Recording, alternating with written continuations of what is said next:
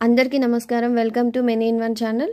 Viewers, ఈరోజు మనం చంద్రగంట అమ్మవారి పూజ మరియు మంత్రాల గురించి తెలుసుకుందాం. ఈ రోజున శాంతిని, ధైర్యాన్ని ప్రసాదించే చంద్రగంట అవతారంలో అమ్మవారిని పూజించాలి. ఈ శక్తి రూపాన్ని తెల్లని చీరతో అలంకరిస్తారు. ఇదే రోజున గౌరీ వ్రతం కూడా చేస్తారు. భక్తులు ఈ రోజున బూడిద రంగు దుస్తుల్ని ధరించాలి. చంద్రగంటకు శుక్రగ్రహం అధిపతిగా చెప్తారు. అమ్మవారు పులిపై ఆసీనులై తెలుపు రంగు దుస్తుల్ని ధరిస్తుంది. ఈ దేవికి 10 చేతులు కలిగి ఉంటాయి. ఎడమవైపు గల 4 చేతులలో త్రిశూలం, గద, కత్తి, కమండలం కలిగి ఐదో చేతితో వరముద్రను కలిగి ఉంటుంది. అలాగే కుడివైపు గల 4 చేతులలో తామర పువ్వు, బాణం, ధనస్సు, జపమాలను కలిగి ఉంటుంది. 5వ చేతితో అభయముద్రతో భక్తులకు ధైర్యాన్ని దర్శనమి ఇస్తుంది. ఈ దేవిని పూజిస్తే మానసిక ప్రశాంతత చేకూరుతుంది. ఈ మాతకు మల్లె పువ్వులంటే ప్రీతి. చంద్రగంట తల్లి యొక్క ప్రాముఖ్యత. చంద్రగంట దేవి శుక్రుడికి అధిపతి దేవత. చంద్రగంట ప్రపంచానికి ఆనందం మరియు ఆనందాన్ని అందిస్తుంది. చంద్రగంట దేవి మిమ్మల్ని ఆశీర్వదించినట్లయితే మీకు అన్ని రకాల సంపద మరియు శ్రేయస్సు ఉంటుంది. ఇంట్లో ఎప్పుడూ ఆహార కొరత ఉండదు. చంద్రగంట దేవతను ఎలా పూజించాలి అంటే, అమ్మవారికి ఇష్టమైన మల్లె పువ్వు, అది ప్రీతికరమైనది, పవిత్రమైనది కాబట్టి మల్లె పువ్వుతో అమ్మవారిని పూజించాలి. ఆ రోజు భక్తి శ్రద్ధలతో అమ్మవారికి మల్లెపూలు అర్పిస్తూ పూజని చేయాలి. 16 రకాల నైవేద్యాలు చేసి చివరకు ఆరతితో పూజ ముగించండి. ఇది కుటుంబానికి ఆనందం మరియు శ్రేయస్సుని తెస్తుంది. చంద్రగంట దేవి మంత్రాలు. ఓం దేవి చంద్రగుటాయే నమః. ఓం దేవి చంద్రగుటాయే నమః. పిండాజ ప్రవార్ధ చంకోపశ్రైజుట ప్రసాదం తనుతే మద్యం చంద్రగంటేటి విశ్రుత.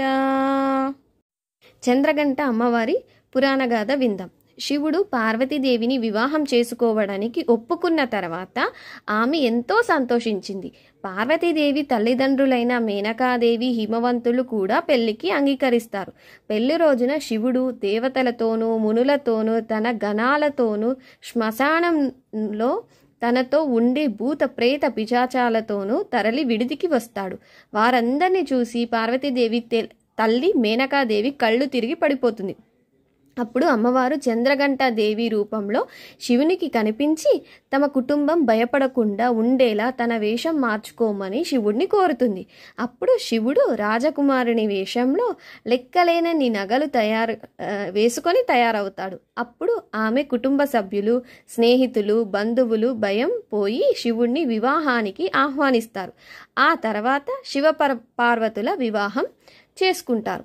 అలా ప్రజల భయాన్ని పోగొట్టేందుకు అమ్మవారు మొదటిసారి ఇలా చంద్రగంట అవతారం ఎత్తింది. అయితే శివపార్వతుల కుమార్తె కౌశికిగా దుర్గాదేవి జన్మించింది. శుంభుల సంహరించమని ఆమెను దేవతలు ప్రార్థించారు. ఆమె యుద్ధం చేస్తుండగా ఆమె అందం చూసి రాక్షసులు మోహితులవుతారు. ఆమెను తన తమ్ముడు నిశుంభునికిచ్చి వివాహం చెయ్యాలని శంభుడు కోరుకొని ధూమ్రాలోచనని కౌశికిని ఎత్తుకురమ్మని పంపిస్తారు. అప్పుడు అమ్మవారు తిరిగి చంద్రగంట దుర్గా అవతారాన్ని ధూమ్రాలోచనను అతని పరివారాన్ని సంహరిస్తుంది. అలా శుంభులతో యుద్ధంలో నవదుర్గ అవతారాలలో ఆ సమయంలో రెండోసారి చంద్రగంట దుర్గా అవతారం ఎత్తింది అమ్మవారు. ధ్యాన శ్లోకం. పిండజ ప్రవరారూఢ చండకోపాస్త్రకైర్యుత ప్రసాదం తనుతే మహ్యం చంద్రగంటేతి విశ్రుత. చంద్రగంట దేవి పూజా ప్రాముఖ్యత ఏంటి అంటే, చంద్రగంట దేవికి పూజించడం వల్ల ఆ వ్యక్తి యొక్క హృదయం నుండి అన్ని భయాలు తొలగిపోతాయి. ఆశను, విశ్వాసాన్ని పెంచుతుంది. అమ్మవారి నుదుట మీద ఉన్న చంద్రగంటని ధ్వని ఆత్మలను, చెడు శక్తులను పారద్రోలేదిగా ఉంటుంది. అందువల్ల చంద్రగంట దేవిని పూజించే ఇంటిలో ప్రతికూల శక్తులను పారద్రోలేందుకు సహాయపడుతుంది. మీరు జీవితంలో వృత్తి లేదా వ్యాపార రంగంలో ఆశలను కోల్పోయిన సమయంలో చంద్రగంటను పూజించడం వల్ల మరికొన్ని నూతన అవకాశాలు మిమ్మల్ని వెతుక్కుంటూ వచ్చి మీరు ధరించే మార్గానికి దిక్సూచిగా లేదా మార్గదర్శిగా ఉండేటట్లు ఒక కాంతిని మీ జీవితంలోకి పంపిస్తుంది చంద్రగంట అమ్మవారు. ఈ వీడియో కనుక మీకు నచ్చినట్టయితే please subscribe my channel for more and regular updates and bell ఐకాన్ని కూడా ప్రెస్ చేయండి. నేను వీడియో పెట్టగానే మీకు నోటిఫికేషన్ వస్తుంది. And thank you so much for watching my videos. Thank you.